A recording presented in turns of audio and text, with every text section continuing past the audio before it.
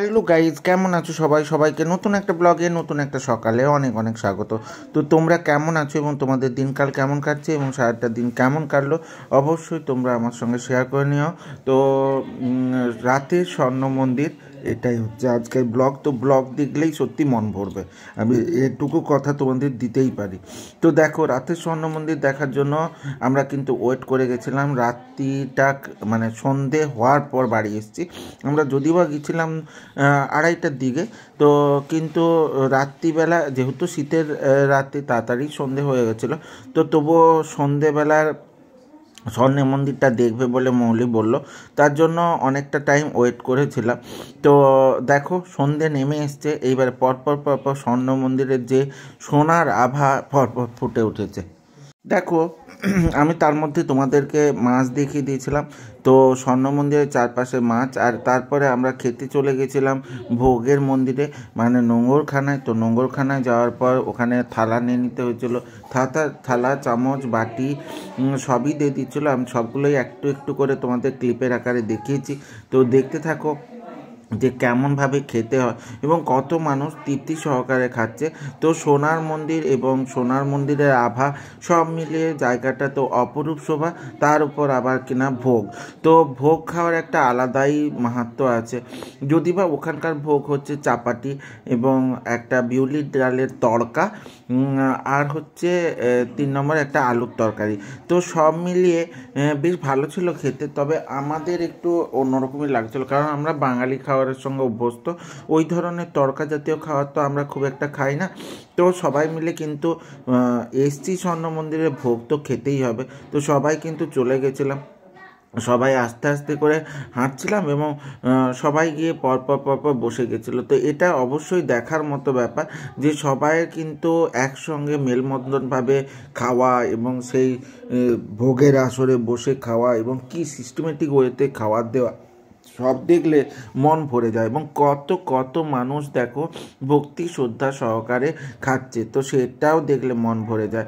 তো আবার বৃদ্ধ বনিতা যুবক বাচ্চা কেউ বাদ যাচ্ছে না, বিভিন্ন ধর্ম বর্ণ নির্বিশেষে সবাই ভোগ খাচ্ছে। তো সবটা দেখলে সত্যিই মন ভরে যাওয়ার মতো ব্যাপার।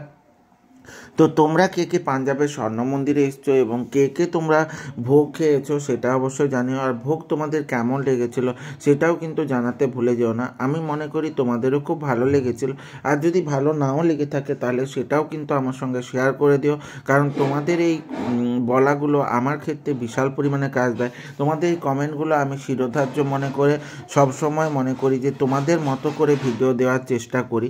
তো দেখো, তো বাচ্চাগুলো কীরকমভাবে নিয়ে নিয়েছিলো, বেটুও নিয়ে নিয়েছিল, সঙ্গে আমার পাপাইও নিয়ে নিয়েছিল, আর আমরা সবাই নিয়ে নিয়েছিলাম। তো বেটুর কিন্তু খুব ভালো লেগেছিলো, ও বলছিল বেশ দারুণ খাবার। অ্যাকচুয়ালি বাচ্চাদের বাইরের খাবার খেতে খুব ভালো লাগে, ঘরের প্রতিদিনের সচরাচর যে খাবারগুলো ওরা খায় তার থেকে বাইরের খাবারের প্রতি আগ্রহ ওদের একটু বেশিই থাকে। তো আমি তোমাদের সঙ্গে মোটামুটি একটা ব্লগের মাধ্যমে শেয়ার করলাম স্বর্ণ মন্দির।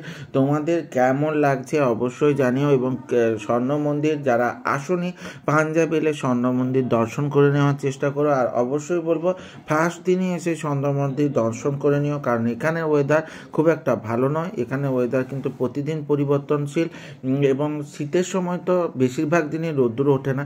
তো আমি প্রথমে ভেবেছিলাম আমাদের এই বছরই প্রবলেম হচ্ছে, না, আমি যেটা জানলাম সব বছরই এই সময় কিন্তু রোদ্দুর ওঠে না, প্রায় রোদ্দুরে দেখা যায় না। তো অ্যাকচুয়ালি পাঞ্জাব হচ্ছে শীতের সময় প্রচুর পরিমাণে ঠান্ডা, আবার গ্রীষ্মের সময় প্রচুর পরিমাণে গরম। তো দুটোই এই সময় কিন্তু খুব একটা ভালো না, আবার বৃষ্টির সময় কিন্তু খুব একটা বৃষ্টি হয় না।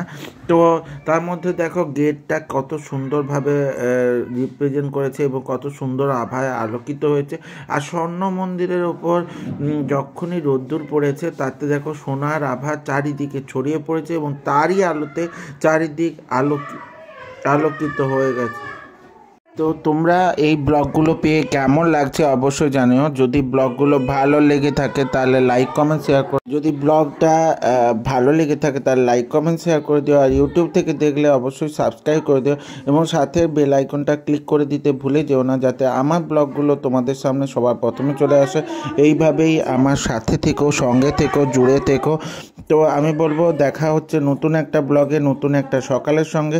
ততক্ষণের জন্য খুব ভালো থেকো, সুস্থ থেকো, সঙ্গে থেকো এবং কমেন্টের মাধ্যমে জানিও আর কি ব্লগ চাই।